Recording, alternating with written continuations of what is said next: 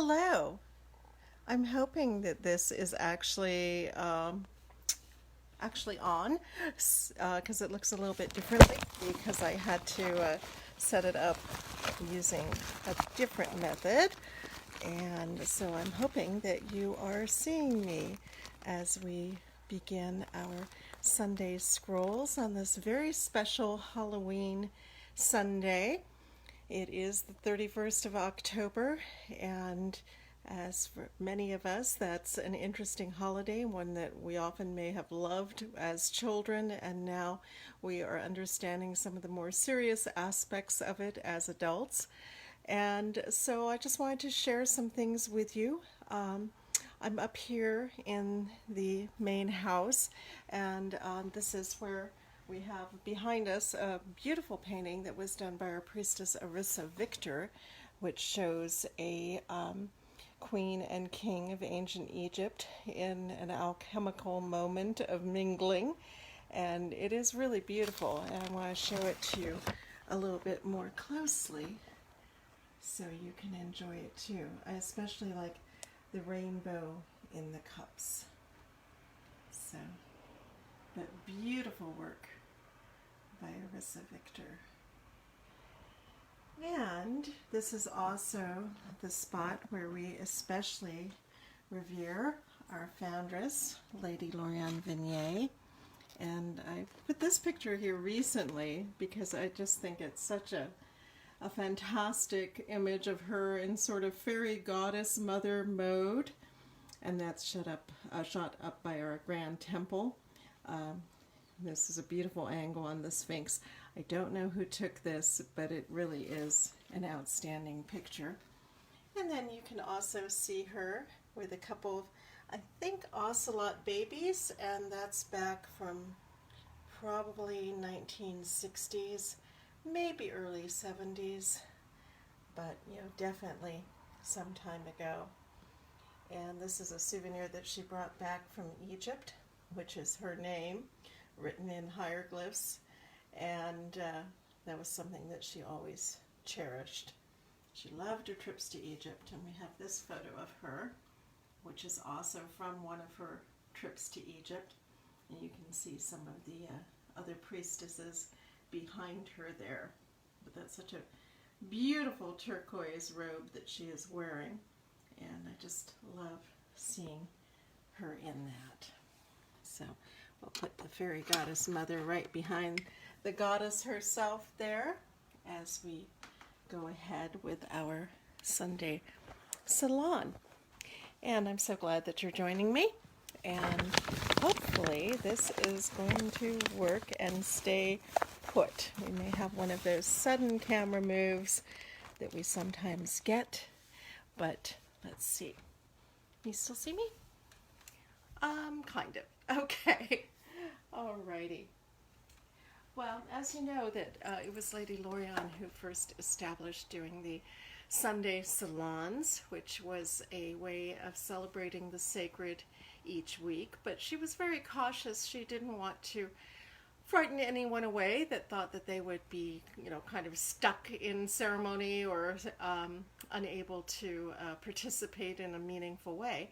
So she designed it as the Sacred Sunday Salon, which was supposed to involve everyone and let everyone have a chance to participate, as well as to just listen to the words of wisdom that might be imparted. And she did in many different ways. Sometimes she, for a period, would read a chapter of a metaphysical book each week, or she would do the Sunday scrolls. And toward the end of her life, it was mainly the Sunday scrolls that she was doing. And we have, of course, our precious copy of the scrolls here.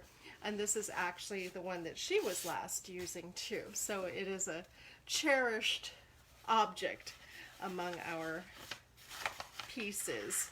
And we just love, to have that connection.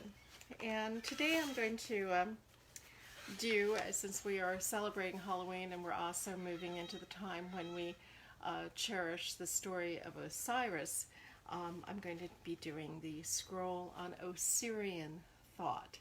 So here are some of Lady Lorianne's thoughts on Osirian thought. Osiris, great god of resurrection, consort of the goddess Isis, your mythology is that of being destroyed and yet coming back together again. You are a lesson for us all. As we go through life, each of us has times when things seem to be falling apart. Our lives suddenly take a turn for the worse. Our dreams seem dashed and could be devastated by what has happened to us. Yet within all of us is the Osiris effect. We are able to rise from our difficulties and overcome our obstacles. I think the story of Isis and Osiris teaches us what is possible in these times of crisis. Our lives are like a puzzle that may never find all of the pieces. Still, we can put our dreams together as best we can, especially with the help of the goddess. She is our guide, our mistress of magic, ever at our side, leading us through the hard times in our lives. Now think of a time when all seemed bleak. Maybe it's right now. The losses we have had that could have absolutely caused us to want to just give up. Then notice how in time you came out of it. You were able to carry on, and the losses became easier to accept as we found other parts of ourselves opening up. Know that we can find a way to manifest that which it is that we hope to attain, no matter what has happened to us in the past. Imagine the future, but enjoy the now, for now is all that is. Each moment is precious and to be treasured, for tomorrow is truly the unknown. Remember the Isis Manifesto. Whatever is, is. Utilize the story of Osiris to know that you too can suffer from devastating incidents, yet turn around and make a negative situation into one that can ultimately be beneficial. And Lady Lorian shares from her own life this story. A fire that totally destroyed everything I had allowed me to relocate to a place that was much, much better for me. I was able to pick up the pieces of my life even though I had almost nothing left. So let us use the Osirian myth to demonstrate that new life and new energy will always return. Hail Osiris.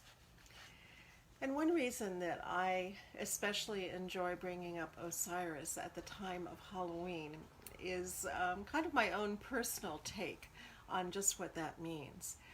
To me, the entire rite of trick-or-treating reflects back on the Osiris story.